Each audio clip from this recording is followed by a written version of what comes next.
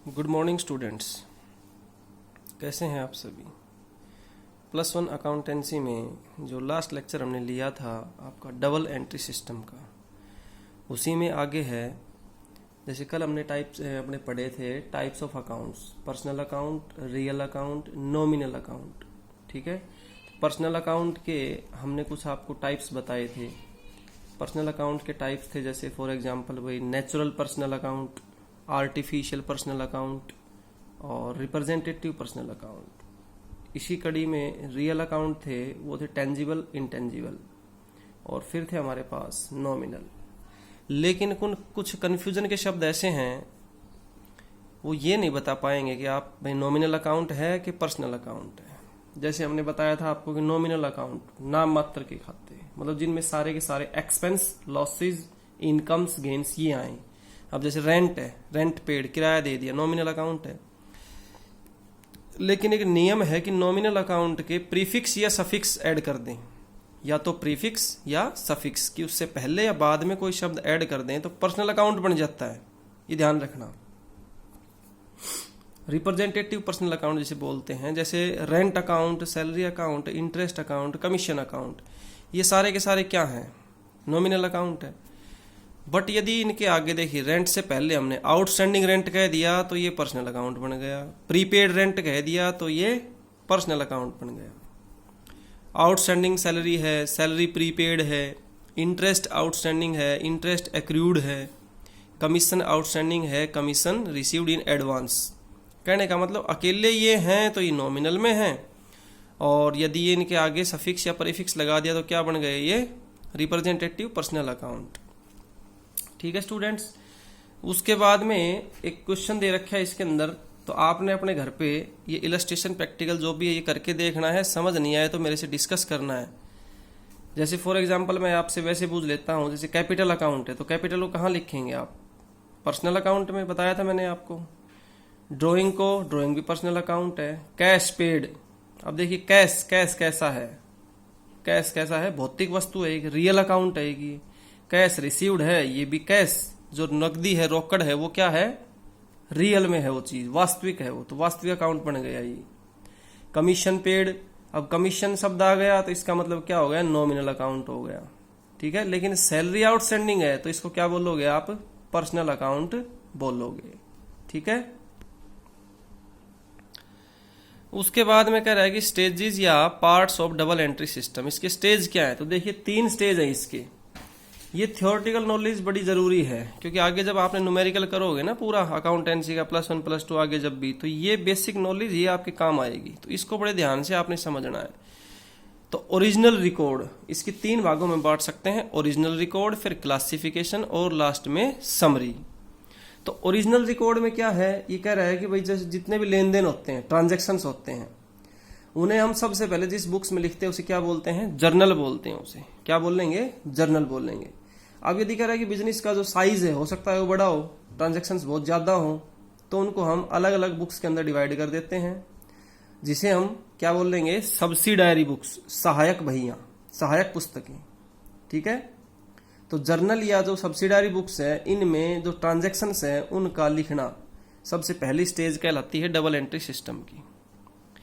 जब आपने जर्नल के अंदर लिख लिया है, अब उनका हम क्या करेंगे बच्चों, क्लासिफिकेशन। क्लासिफिकेशन का मतलब होता है हिंदी में वर्गीकरण, मतलब उनको डिवाइड कर देना।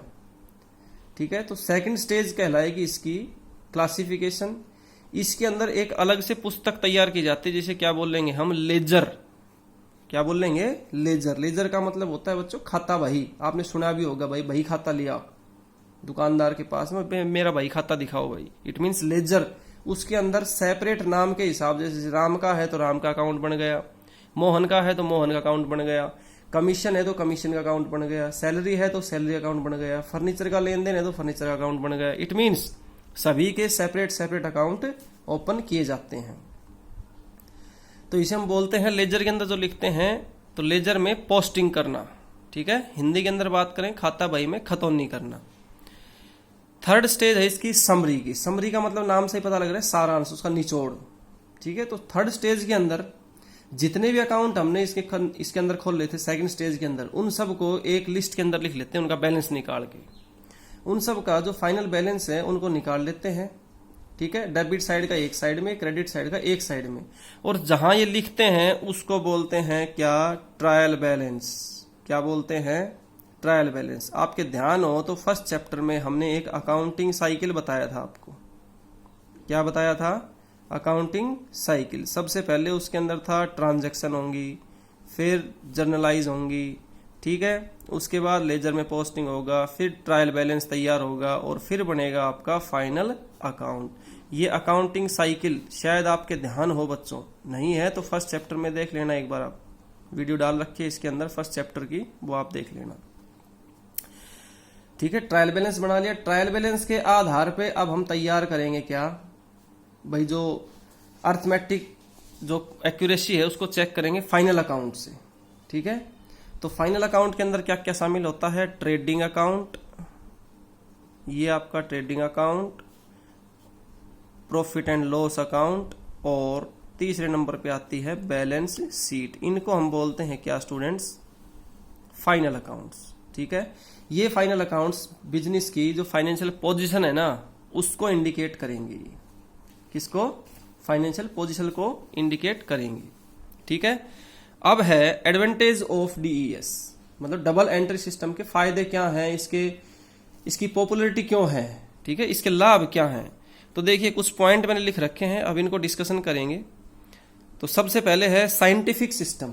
कैसा है ये सिस्टम कैसा है, ये प्रणाली कैसी है, साइंटिफिक वैज्ञानिक प्रणाली है कि इसके अंदर कुछ निश्चित रूल्स हैं, प्रिंसिपल्स हैं, उनको लागू किया जाता है, उनके आधार पे हम काम करते हैं, तो इसलिए इसको क्या मानते हैं हम, साइंटिफिक सिस्टम मानते हैं।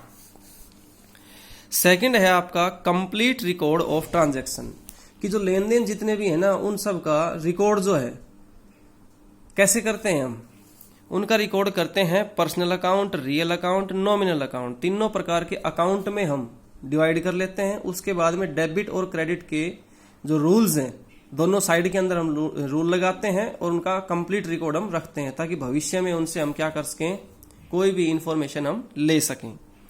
फिर है प्रिपरेशन ऑफ ट्रायल बैलेंस। अब ट्रायल बैलेंस को प्रिपरेशन हमें प्रिपेयर करना है, ठीक है।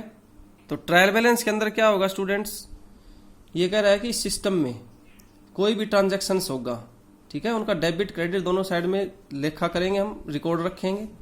जितना अमाउंट डेबिट में जाएगा किसी न किसी अकाउंट में उतना ही क्रेडिट में जाएगा, तो उससे क्या हो जाएगा, उसकी अरिथमेटिक एक्यूरेसी चेक हो जाती है। उसके बाद में है आपका प्रिपरेशन ऑफ फाइनल अकाउंट्स। अब trading and profit and loss account, तो साल के अंत में कह रहा है कि भाई हम क्या तैयार करते हैं, ट्रेडिंग एंड P&L अकाउंट तैयार करते हैं, जिससे क्या निकल के आता है, प्रॉफिट या लॉस। इट मीन्स ट्रेडिंग से निकल के आएगा हमारे पास, हमने लिखा था ट्रेडिंग से आएगा जीपी या जीएल, जीपी या जीएल। इट मीन्स क्या होगा, इसका मतलब ग्रोस प्रॉफिट या ग्रोस लॉस। और P&L से निकल के आएगा बच्चों क्या, एनपी और NL, net profit net loss. और बैलेंस शीट की दोनों साइड सदा बराबर होती हैं, इक्वल, ऑलवेज आर इक्वल, कि जितनी एसेट्स उतनी ही लायबिलिटी और कैपिटल का टोटल होता है, जो अकाउंटिंग इक्वेशन हमने रीड करी थी, ठीक है स्टूडेंट्स। उसके बाद में कह रहा है, ये अगला पॉइंट क्या है आपका, कि नॉलेज ऑफ फाइनेंशियल पोजीशन। ये क्या है अपनी फाइनेंशियल पोजीशन, तो बैलेंस शीट होगी। नॉलेज ऑफ वेरियस इंफॉर्मेशन, जो इन्फॉर्मेशंस हैं वो भी क्या होती है, उनका भी हमें पता लग जाता है इससे, कि भाई कुल कितना सेल परचेज हुआ, कितना क्लोजिंग स्टॉक है हमारे पास, कितने डेटर्स हैं, कितने क्रेडिटर्स हैं, कितना एक्सपेंस हुआ, कितनी इनकम हुई। ये सारी की सारी नॉलेज कहाँ से आएगी हमारे पास, यहीं से आएगी, डबल एंट्री सिस्टम के ही माध्यम से आएगी। Lesser possibility of fraud, fraud के चांस बहुत कम है, क्योंकि कह रहा है कि जो जितने भी ट्रांजैक्शंस है ना उनका रिकॉर्ड हम 2 अकाउंट्स में करते हैं, और किसी भी अकाउंट्स में कह रहा है चेंजमेंट करना इतना आसान नहीं होता। तो इससे क्या है, जो फ्रॉड है, जो कपट है, बेईमानी है, उसकी संभावना बहुत कम हो जाती है, यदि हो भी जाए तो वो पता चल जाता है उसका।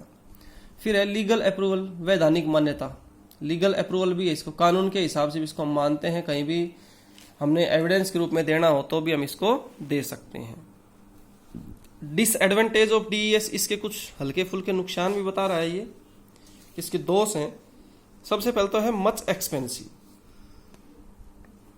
तो देखिए मच एक्सपेंसिव का मतलब क्या होगा, अधिक खर्चीली है ये, ठीक है, इसमें बहुत ज़्यादा हिसाब किताब की जो बुक्स वगैरह है ना, बहुत ज़्यादा रखनी पड़ती है, जिससे खर्चीली विधि हो गई है। सेकंड है बेटर नॉलेज। बेटर नॉलेज होना बहुत ज़रूरी है कि डेबिट और क्रेडिट के जो रूल्स है ना, वो बहुत कठिन काम है याद करना, लागू करना उनका। ठीक है, इनका डबल एंट्री सिस्टम के नियमों का जो ज्ञान होगा, पूरा ज्ञान होने के लिए एक एजुकेशन की, बेटर एजुकेशन की और व्यवहारिक नॉलेज, प्रैक्टिकल नॉलेज और ट्रेनिंग की आवश्यकता पड़ती है। इसका मतलब बेटर नॉलेज का होना जरूरी है। फिर है कुछ एरर्स हो जाती हैं, कुछ गलतियां हो जाती हैं, अशुद्धियां हो जाती हैं। ठीक है, तो देखिए omission errors, compensate errors, principle errors, commission errors, इनको क्या बोलेंगे हम। सबसे पहले अपने पास ओमिशन एरर्स। ओमिशन का मतलब होता है बच्चों भूल जाना, कि कोई लिखना ही हम भूल जाएं, लेखा ही ना करें तो भी पता नहीं चलता, हमने कोई रिकॉर्ड किया ही नहीं तो कैसे पता लगेगा कि भाई ये गलती हो गई है। ठीक है, कई बार क्या करा है ये अपना कंपनसेट एरर्स। कंपनसेट का मतलब क्या होता है, एक अकाउंट में हमने गलती कर दी तो दूसरे अकाउंट में इस अमाउंट से पूर्ति हो जाती है तो भी पता नहीं चलता। ठीक है, ये होगा कंपनसेट। कंपनसेट का मतलब क्षतिपूर्ति की, एक की गलती को दूसरे अकाउंट से कंप्लीट हो जाना ऑटोमेटिक। फिर है अपना प्रिंसिपल। प्रिंसिपल का मतलब क्या होगा, सिद्धांतिक, जो सिद्धांत के हिसाब से है। यदि कोई अमाउंट सही साइड में तो लिख दिया जाए परंतु गलत खाते में लिख दिया जाए, साइड तो सही है लेकिन अकाउंट गलत है उसका, तो भी पता नहीं लगेगा। ठीक है, जैसे फॉर एग्जांपल की बात करके चलें, हमने फर्नीचर परचेज किया और उसको परचेज अकाउंट में लिख दिया। अब देखिए फर्नीचर परचेज करेंगे तो परचेज अकाउंट ओपन होएगा, ना कि परचेज अकाउंट। और हमने फर्नीचर को तो खरीदा है लेकिन उसको परचेज में डाल दिया, जबकि परचेज में जाता है केवल जो बिजनेस के लिए माल परचेज किया जाए, रॉ मटेरियल, उसको परचेज बोलते हैं। फिर है आपका कमीशन एरर, मतलब हिसाब की अशुद्धि, गलती। ठीक है, गलत अमाउंट से लेखा कर दिया जाए तो इसका भी पता नहीं चलता है। तो ठीक है स्टूडेंट्स, ये आपने प्रिपेयर कर लेना है। अभी हमने जो आपको करवाया है 11th अकाउंटेंसी का अपना डबल एंट्री सिस्टम कंप्लीट होता है। इसके बाद में अब आपकी न्यूमेरिकल स्टार्ट करेंगे हम जर्नल का। ठीक है, क्या स्टार्ट करेंगे, अगला टॉपिक क्या होगा आपका, जर्नल एंट्री। तो साथ साथ आप करते रहना। कोई भी क्वेरी हो तो व्हाट्सअप नंबर है मेरा 7988211301। इस नंबर से आप व्हाट्सअप करके कोई भी क्वेरी है ना वो कर सकते हैं। Thank you students.